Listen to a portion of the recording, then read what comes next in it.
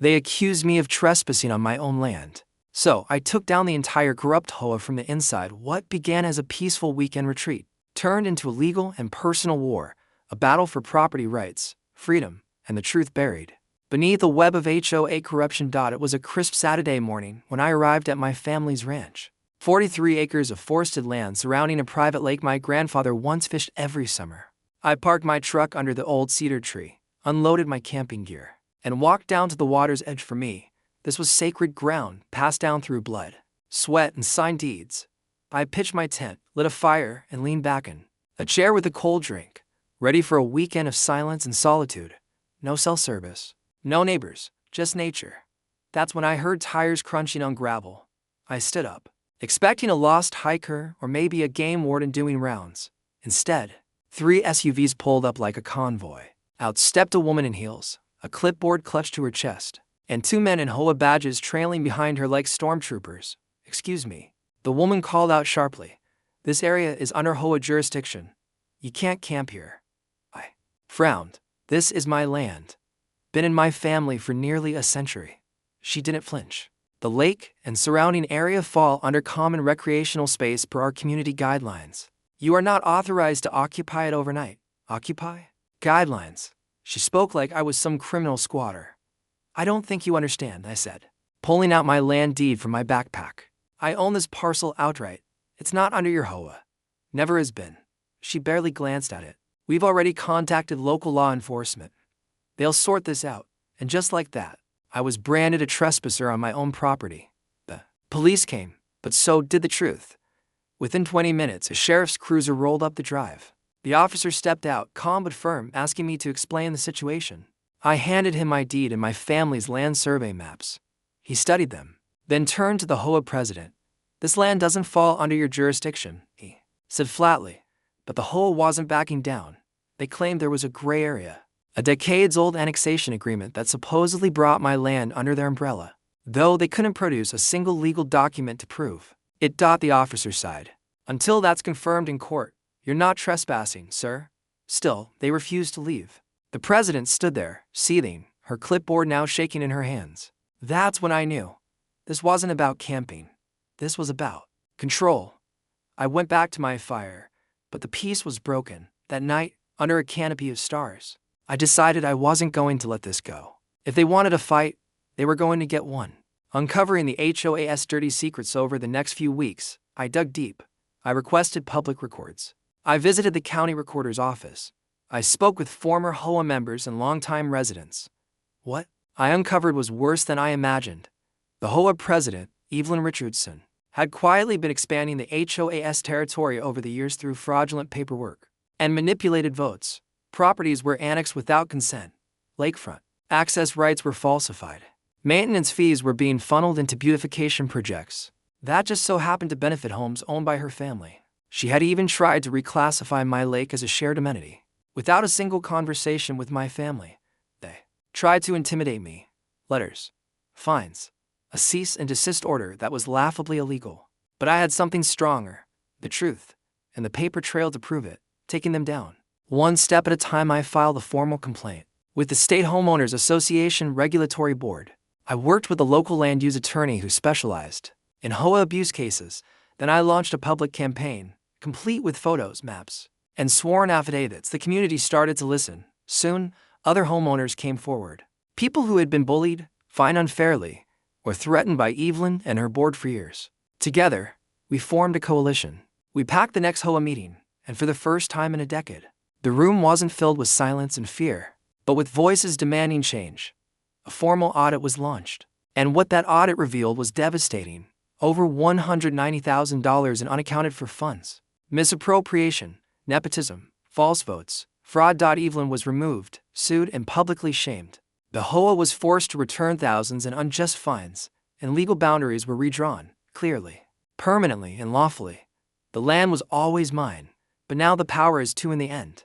They tried to accuse me of being a trespasser on my own soil. But what they didn't realize was that by picking that fight, they opened a door they could never close again. That little campsite by the lake, it's still there. But now there's a permanent marker by the trailhead that reads, private property, family owned since 1932. Under it, I added a second sign, no trespassing, especially by corrupt HOA letters. The backstory: they never expected me to uncover 6 months before that chaotic night by the fire. I had quietly closed on a piece of land that felt like a dream, 15 untouched acres of forest, winding stream, and crystal clear lakefront, tucked just beyond the manicured edge of a suburban development. The purchase was deliberate. I'd spent months researching, confirming zoning, and ensuring the land came with a clean title, and, most importantly, no ties to any homeowners association.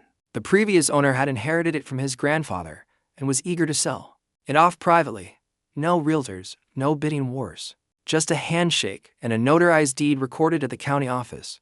But it didn't take long for whispers to start, and for me to learn that my quiet transaction had ruffled powerful feathers, because, to the HOA, and especially to its iron-fisted president, Evelyn Richardson, this wasn't just some forgotten patch of woods. No, to them, it was community property in disguise for decades. They had treated the lake like their private clubhouse. Neighborhood kids swam there every summer. HOA board members hosted exclusive 4th of July cookouts. Families were billed lake maintenance dues. Despite the fact that the association had never legally owned the land, it had been unclaimed, technically private, but without a formal presence. Until I arrived, I hadn't just purchased land. I had unknowingly cut off their access to a long-standing lie. A lie that fueled their control, justified their fees, and gave them leverage over hundreds of unsuspecting homeowners. Now that the land had a legal owner, their illusion of control was cracking, and Evelyn wasn't about to let that happen without a fight. Digging deeper and uncovering the HOA's hidden scheme, being called a trespasser on my own land, was more than just a legal insult. It lit a fire inside me. I wasn't going to let a corrupt HOA rewrite the truth, especially not when the land in question had my name on the deed. So I started digging. Late nights turned into early mornings, scouring public land records, zoning archives, old property lines, and obscure municipal maps. I combed through local government filings, downloaded every plat and boundary report from the county clerk's portal, and even cross-referenced neighborhood utility layouts. I joined the local community Facebook group, a seemingly harmless corner of the internet where residents shared everything from garage sales to HOA gripes. But buried in the event photos and year-old posts were the first cracks in their story. There it was, pictures of HOA-sponsored events held after I had legally purchased the land, kids fishing off my dock, barbecue grills fired up beside my lake, board members clinking wine glasses under string lights on my property. That was just the beginning. I pulled up archived HOA newsletters and found something even more brazen. Their official pamphlet described the lake as a community-owned sanctuary, complete with walking trails, shoreline access, and a public use pier. A pier I had never seen a single permit for. In fact, I'd never approved its construction at all. Then came the turning point. Weeks earlier, I had placed a small trail camera near the southern edge of my land, mostly to monitor wildlife. I had forgotten it was even there until one night, fueled by frustration, I pulled the SD card and reviewed the footage. What I saw made my blood boil. In crisp, time-stamped HD. I watched as HOA board members walked onto my land like they owned it. One group was filmed ripping down a private property sign I had staked next to the trail. Another set of clips showed them installing solar-powered path lights along a trail I had never authorized. But the worst was yet to come. The final clip showed them hosting a wine-tasting fundraiser right by my dock. Table set up, candles lit, dozens of well-dressed people clinking glasses and laughing, all while standing on land they had no right to touch. They weren't just trespassing, they were knowingly exploiting my property, using it to host HOA-funded events, collecting money from residents for community access to a lake they didn't own, and then, unbelievably, turning around and accusing me of breaking the law. It wasn't just theft. It was a deliberate deception, orchestrated and concealed under the guise of neighborhood tradition. They had fabricated maps, weaponized language like shared space, and bet on the idea that no one would ever challenge them. But they made one mistake. They tried to bully the one person who had proof, paper, and patience. And I was just getting started, taking the fight to court and straight into the HOA's boardroom. He'd seen enough. After uncovering video evidence, fake documents, and a pattern of trespassing and misuse, I knew this wasn't just a neighborhood dispute. It was a full-blown case of HOA corruption. They tried to erase legal boundaries with fabricated maps, bullied me with false trespassing claims, and exploited my property for personal gain. It was time to bring this war out of the shadows and into a courtroom. I hired a property rights attorney, someone with experience fighting homeowners associations that overstepped their legal limits. Together, we drafted a formal cease and desist, naming the HOA, its board of directors, and specifically their president, Evelyn Richardson. It wasn't just legal paperwork. It was a warning shot.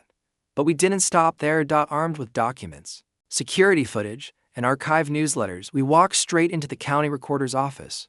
I submitted everything: the falsified plat overlays, the boundary manipulation attempts, and the unapproved permits tied to fake addresses.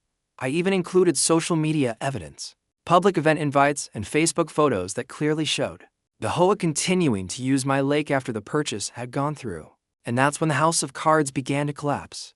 The county launched an official investigation into fraudulent land use claims. Their findings confirmed what I already knew: Evelyn had been using outdated and illegally modified plat maps to assert that my lakefront acreage was part of the HOA's common greenbelt zone, despite no legal annexation ever being filed. In short, she lied. And for years, she got away with it. But now the truth was out, and the neighborhood found out fast. Once the county's inquiry became public knowledge, someone posted about it in the community Facebook group. Within hours, the tone of the entire neighborhood flipped. Suddenly, I wasn't the outsider or the troublemaker anymore. I was the one standing up for the truth. The same neighbors who once glared at me when I walked into the local grocery store were now minging me with messages of support. Some offered to testify. Others offered documents. And then came the real bombshells: internal leaks from within the HOA board itself. It turned out that Evelyn's power wasn't just rooted in deception. It was backed by silence. For years, a handful of board members had looked the other way while she pocketed funds from the so-called lake maintenance account. Money collected from homeowners for repairs and beautification had instead funded wine parties, catered events, and private landscaping around board members' homes, not the lake. With each new document and statement we collected, the scandal grew deeper. HOA board meeting minutes revealed votes that were never held. Financial reports showed expenses for services never rendered. Evelyn had ruled with a carefully managed illusion, a perfect blend of intimidation, misinformation, and manipulation, but her illusion couldn't survive the light of scrutiny. The moment Evelyn was notified of the formal court filing and investigation, she went silent. No statements, no denials, just silence. But we didn't stop. We filed for injunctive relief, forcing the HOA to halt any further access or activity on my property. While the legal process played out, we demanded a full forensic audit of their financials. And with mounting evidence, the case moved toward trial, but not before it sent shockwaves through the HOA's leadership. Facing exposure, lawsuits, and public outrage, several board members resigned, quietly and quickly. Evelyn, once untouchable, was now under scrutiny from both the court and the very community she once controlled. She had tried to bury the truth with fake maps and legal threats, but now she was the one facing judgment in both the courtroom and the court of public opinion. Revenge, restructuring, and a whole new gamut of court filings were just the beginning. Once the legal gears started turning and the community woke up to the truth, I knew it was time to make things permanent, in every sense of the word. First, I took back control physically. I installed permanent fencing along the lake trail, defining clear and legal property lines that could no longer be ignored or misinterpreted by the HOA. I placed security signage at every entrance, bold, unmissable warnings: private property trespassers will be prosecuted. Then came the cameras. Solar-powered, motion-activated trail cams went up across the perimeter. Not for wildlife this time, but for liability and legal coverage. Every corner, every path, every dock canoe was under watch. They wouldn't get a second chance to rewrite the truth. But the real change came next. I sat down in front of my camera and pressed record. Over the course of several hours, I laid out everything, a complete video expose. From the day I bought the land to the night the HOA called the cops. From the falsified plats and illegal parties to the hidden financial fraud and boardroom leaks. I backed every claim with photos, scanned documents, timestamps, and video footage. It wasn't just a story. It was evidence. And when I uploaded it, I didn't expect what would happen next. The video blew up. Over 1 million views in just 2 weeks. Comments flooded in, not just from my state, but from around the country. Homeowners, landowners, even former HOA members shared their own stories. The hashtags #HOA scam, #property rights, and #fight back against HOA began trending locally. Journalists picked it up. Bloggers wrote about it. Reddit forums dissected it line by line. The spotlight wasn't just on Evelyn anymore. It was on every HOA board that had ever crossed the line. Within a month, the fallout began. Evelyn Richardson was forced to resign, her reputation in tatters. She left the board without a word, disappearing from meetings, message boards, and public life. 2 more board members followed her out, both of whom had either signed off on fraudulent expenses or knowingly allowed Evelyn to manipulate financial records. Then came the wave I never saw coming, a class action lawsuit. Several homeowners, furious that their dues had been misused and manipulated, banded together and filed suit against the HOA. They cited everything from misappropriated funds and fraudulent fee collection to abuse of authority and breach of fiduciary duty. And me, I received a private settlement so substantial it covered every cent I had spent defending my rights, and then some. I used part of it to restore the lake and surrounding forest to its natural glory. What had once been an unofficial playground for a dishonest HOA became something sacred once again, the final victory, and a warning to every HOA across America today that land isn't just mine on paper, it's mine in truth, in presence, and in purpose. I transformed the space into a private conservation area, open only to family and invited guests. There are now marked walking paths, observation decks, wildlife cameras, and a hand-built off-grid cabin, where I spend weekends completely disconnected from the outside world. And especially from HOA politics, there are no dues, no boards, no petty rules about mailbox colors or lawn length. Just land, air, water, and the peace that comes with winning not just a case, but the right to your own space.